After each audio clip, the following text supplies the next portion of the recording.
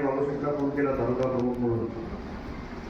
त्याच संध्याकाळी आपण सगळ्यांनी भेटूया, जे निवडून आले त्यांचा आपण सत्कार करूया आणि जे निवडून आले त्यांच्या गळामध्ये विजयश्री घालण्यासाठी ज्यांनी मेहनत केली त्यांना देखील आपण बोलून त्यांचे आभार मानूया. म्हणून हा अचानक आपण कार्यक्रम ठरवला आणि त्या कार्यक्रमाला आपण मोठ्या संख्येने उपस्थित राहिला, त्याबद्दल देखील आपल्या सगळ्यांना मनापासून मी धन्यवाद देतो. मला आठवतं की मी राजकारणाची सुरुवात माझ्या मैत्रिणीने आमदारकीला 2004ला सुरुवात केली आणि ज्यावेळी मी पुण्याच्या दौऱ्यावर असायचो त्यावेळी मला असं वाटायचं की जे बारामतीत राजकीय दृष्ट्या घडतं ते माझ्या जिल्ह्यामध्ये घडलं पाहिजे किंवा जे पुणे जिल्ह्यामध्ये घडतं ते माझ्या रत्नागिरी जिल्ह्यामध्ये घडलं पाहिजे. आणि आवर्जून उल्लेख केला पाहिजे की एकनाथ शिंदे साहेबांच्या नेतृत्वाखाली काम ज्यावेळी मी सुरू केलं तर या सगळ्या संध्या मला चालू झाल्या आणि त्याच्यानंतर 8.5 वर्षानं पहिल्यांदा नगरपालिकेची निवडणूक लागली. नगरपालिकेची निवडणूक लागलेली ही संधी होती माझ्यासाठी.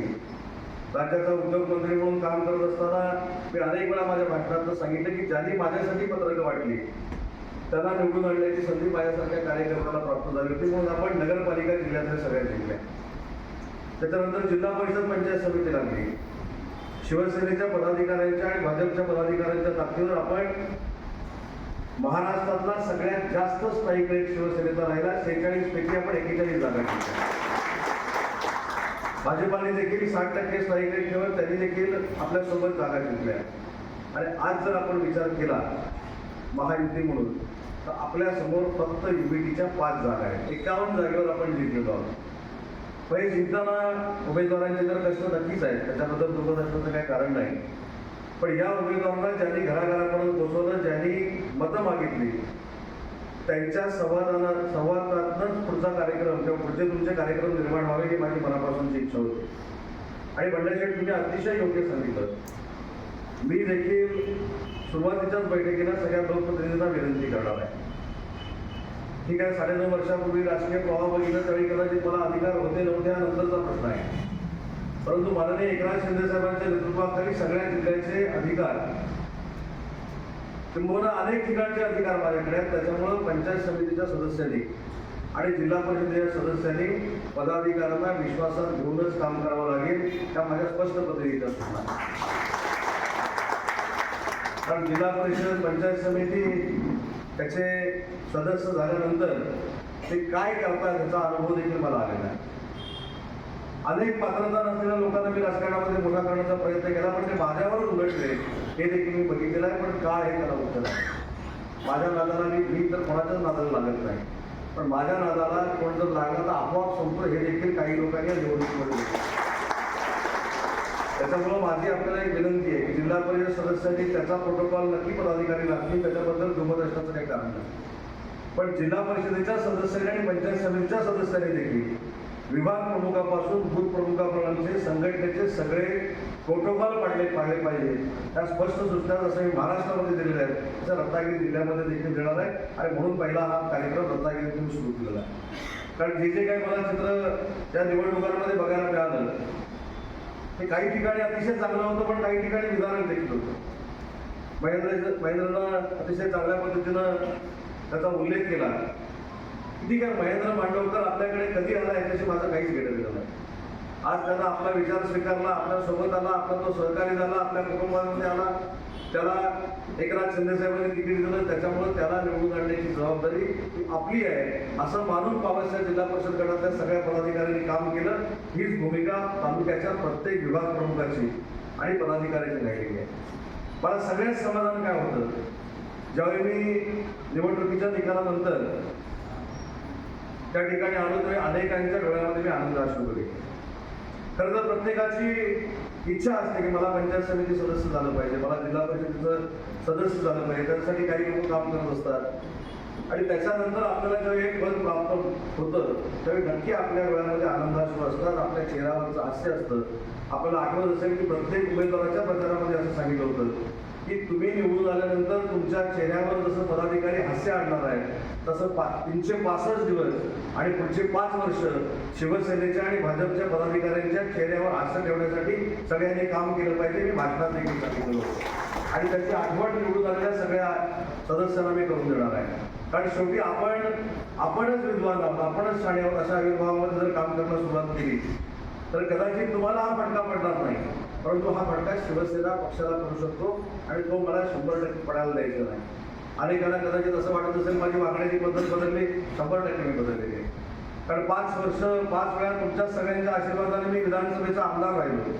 तुमच्या सगळ्यांच्याच आशीर्वादाने मी विधानसभेमध्ये आमदार होत असताना मंत्री राहिलो, उद्योगमंत्री राहिलो, उच्च शिक्षण मंत्री राहिलो, म्हाडाचा अध्यक्ष राहिलो, पंचायत समितीचा सदस्य, पंचायत समिती कमिटीचा अध्यक्ष राहिलो, राज्यमंत्री राहिलो. हे सगळं तुमच्यामुळे झालंय. पण काही ठिकाणी मला या भूमिका घ्याव्या लागल्या आणि भविष्यामध्ये देखील घ्याव्या लागणार. कारण ज्या सर्वसामान्य कार्यकर्त्यांची कुचंबणा होते ती बघितल्यानंतर नक्की निष्ठावंत कोण हा प्रश्न माझ्यासमोर उभा राहतो. कारण तो सर्वसामान्य कार्यकर्ता गावामध्ये शिवसेनेचा प्रचार करत असतो, आम्हाला सगळ्यांना मानत असतो, फक्त त्याच्यावर असणारी यंत्रणा त्याला माझ्यापर्यंत पोचायला देत नाही, म्हणून ती जी काही त्याची कुटुंबाला होते ती नाही. आणि मी आजही सांगतो सगळ्यांना की मी सहसा कोणाच्या अंगावर जात नाही. सगळ्यांच्या अनेकांच्या लक्षात आलं. त्याच्यामुळं प्रत्येकानं प्रत्येकाच्या भूमिकेमध्ये वावरलं पाहिजे, प्रत्येकानं प्रत्येकाच्या सन्मानासाठी वावरलं पाहिजे या मतासाठी. आणि ज्या ज्या निवडणुका झाल्या, नगरपालिकेच्या झाल्या, जिल्ह्यातल्या झाल्या, आज जिल्ह्यातले सगळे जिल्हा परिषदेचे सदस्य मला भेटायला आलेले आहेत. एक ठिकाणी 100% मला आनंद होतो की आज जिल्हा माझ्या ताब्यात आला. परंतु कुठं माणिकसाहेब कधी कधी दुःख होतं की काही आपल्याच चुकांमुळं काही ठिकाणी आपल्याला छोट्या छोट्या पराभवाला देखील सामोरं जावं लागेल. आणि म्हणून माझी विनंती आहे की 5 वर्षानंतर ज्यावेळी जातीपातीचं राजकारण करण्याचे प्रयत्न काही लोक करतात त्यावेळी शिवसेना महत्वाची आहे, शिवसेनाच माझी जात आहे आणि उमेदवार हाच माझा पक्ष आहे असं समजून काम करायचं. आणि ह्याच्यामध्ये बंधुवारीचे एक आहे ते एकाचं नाव घेतलं म्हणजे तो माझ्या एकदम जवळचा आहे आणि बाकीचे आता उद्यापासून तुला परत त्रास देतील, तुझंच नाव घेतलं म्हणजे काहीतरी गडबड जाईल. पण मी का सांगतो, तो देखील एक पूर्वी समाजाचा कार्यकर्ता आहे, रामभाऊ वारेंचा तो चिरंजीव आहे. पण ज्यावेळी तिकिटासाठी मी त्यांना विचारलं, नंदापूरकर देखील असतील, नंदापूरकरला देखील सांगू इच्छितो की पहिलं बंधुवारीशीला मी विचारलं की तुम्हाला मला जिल्हा परिषदेचं तिकीट द्यायचं आहे, तरी त्यांचा SMS आजही माझ्याकडे आहे. त्यांनी मला सांगितलं की माझं जे स्वप्न आहे, स्वप्न त्याचं काय होतं मी जाहीरपणानं सांगत नाही, पण साहेब माझं स्वप्न जर पूर्ण करायचं असेल आणि रामभाऊ वारेशीला म्हणजे माझ्या वडिलांना जर खऱ्या अर्थानं श्रद्धांजली व्हायची असेल तर समोरच्या व्यक्तीचा पराभव झाला पाहिजे आणि तो पराभव करायचा असेल तर नंदापूरकर आणि नेताजी पाटीलला तुम्ही तिकीट द्या हा सांगणारा कार्यकर्ता भविष्यामध्ये. कारण शेवटी ठीक आहे, जातीपातीच्या पलीकडे जाऊन देखील आपण राजकारण करायचं आहे. आज माणिकसाहेब तुमच्या जिल्हा परिषद गटामध्ये आपण बघितलं तुम्ही ज्या पद्धतीनं सगळ्या समाजाला बरोबर घेऊन काम करतात किंवा रचनावेदींनी काम दिलंय. मी आजही तुम्हाला सांगतो की रचनावेदींनी जिल्हा परिषदेचा अध्यक्ष म्हणून काम केलं, आम्ही कोणी विसरलेलो नाही. त्याच्यामुळं ठीक आहे, कदाचित राजकीय अपघात होऊ शकतो, पण त्या राजकीय अपघातातनं देखील पुढे कोणाला कसं न्यायचं हे आता मला शिंदे साहेबांनी शिकवलेलं असल्यामुळं कुठच्याही प्रामाणिक आणि निष्ठावंत कार्यकर्त्यावर, शिवसैनिकावर अन्याय होणार नाही ही जबाबदारी माझी आहे. आणि आता तुमच्या बाबतीत देखील, भाजपाच्या बाबतीत देखील माझं थोडंफार काहीतरी चालतं, त्यामुळे तुमच्याकडे कुठं अन्याय होण्याची जर परिस्थिती आली तर तिथं देखील मी मध्यस्थी करेन. परंतु आज सगळ्या पदाधिकाऱ्यांनी एक निश्चय केला पाहिजे. निवडणुका आल्या की आपल्याला मित्र आठवतात, निवडणुका आले की आपल्याला जात आठवते, निवडणुका आल्या की आपल्याला नातेवाईक आठवतात. त्याच्यामुळे हे सगळं कुठंतरी थांबवणं गरजेचं आहे. म्हणजे आज कोणालाही कार्यकर्त्यांना माहीत नसेल तर किस्सा मी तुम्हाला सांगणार आहे. करगोड्याच्या कार्यक्रमाला मी रात्री 12 वाजता निघालो होतो, रात्री 12-12:30 वाजता निघालो होतो. आपले करगोड्याचे लोक आलेच तुमच्या नाटकाच्या इथं मी आलो होतो. माझ्याकडे झेड सिक्युरिटी असताना देखील माझ्या मागे 6 गाड्या परत जिल्ह्यातल्या होत्या. कोण म्हणतं कोल्हापूरच्या होत्या, कोण म्हणतं मलकापूरच्या होत्या. पण दुर्दैव असं आहे की त्यांना सांभाळणारे आपले कार्यकर्ते, मला कोणी सांभाळेल काय सांभाळेल हे पण सगळं मला माहिती आहे, मला त्याच्यामध्ये जायचं नाही. पण माझ्या मागे गाड्या घेऊन काही उपयोग नाही, मला फॉलो करून काही उपयोग नाही. मी अशा भल्या हल्ल्यातनं वाचलेलो आहे. त्याच्यामुळे हे फक्त मी कोणाला सांगायला गेलो नाही. पण बाबूशेठ जशी तुमच्याकडे यादी आहे ती कदाचित कोकणी असेल, माझ्याकडे जी यादी आहे केवढी आहे ते माझं मला माहिती आहे आणि त्याचे परिणाम उद्यापासून तुम्हाला बघायला तर दिसतील की काय होणार आहे.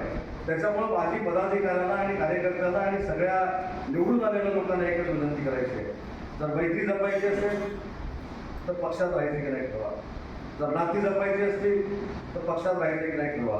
कारण मी जी काही ताकद उभी केलेली आहे ती जात पात कोण कोणाचा नातेवाईक म्हणून केलेली नाही, तर माझा प्रत्येक माणूस हा कुठच्याही परिस्थितीमध्ये सभागृहामध्ये गेला पाहिजे म्हणून माझ्यासारख्या कार्यकर्त्यानं काम केलं. आणि म्हणून काही लोक माझ्याबरोबरच राहून जे काही करतायत ते मला सगळंच कळेल. खरं तर माझा दौरा काही लोकांनी बघायला पाहिजे होता.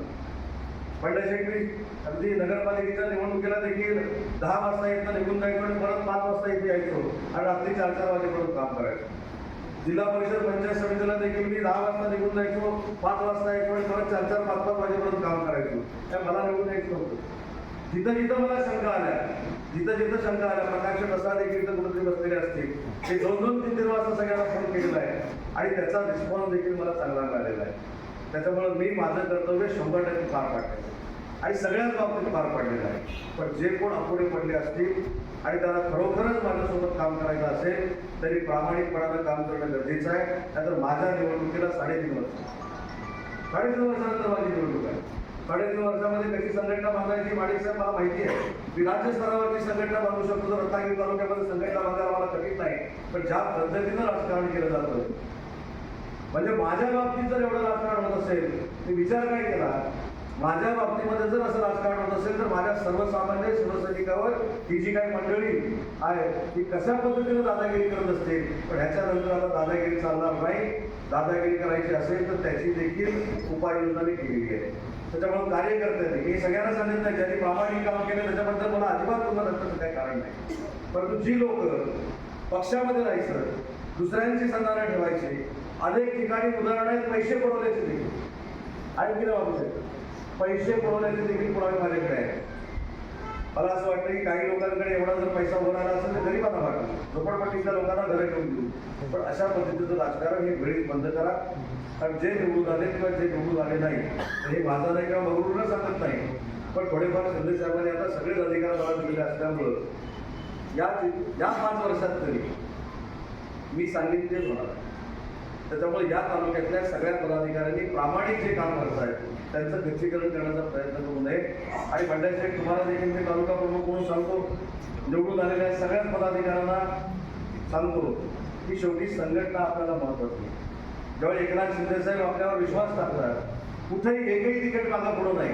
रायगडला जी सांगितली, सिंधुदुर्गामध्ये जी सांगितली, कोल्हापूरला जी सांगितली, सांगलीला जी सांगितली, रत्नागिरीचं सोडा. साहेब महाराष्ट्राच्या ज्या ज्या ठिकाणी मी यादी पाठवली एकाही ठिकाणी साहेबांनी कट लावलं नाही. एवढा विश्वास जर आपल्या नेत्याचा आपल्यावर आहे तर माझ्याबरोबर काम करणाऱ्या लोकांनी कसं वागलं पाहिजे हे जरा ठरवून घेण्याची आवश्यकता आहे. आणि सगळ्यात दुसरं दुःख काय म्हणजे पंचायत समिती जिल्हा परिषदेच्या निवडणुकीला काही लोकांना एवढा भूत आला होता. काही लोक स्टेटस ठेवत होते, काही लोक मला मारण्याच्या धमक्या देत होते, मिशीवाले गाडीवाले. तरी सुद्धा आमचा कार्यकर्ता बोलत नव्हता. मला राजकारणच कळायला तर ठीक आहे, ती निवडणूक सगळी होऊन गेली. टाइम्स डिजिटलला लाईक करा, सबस्क्राईब करा, शेअर करा आणि बेल आयकॉन दाबायला विसरू नका. पाहत रहा टाइम्स डिजिटल.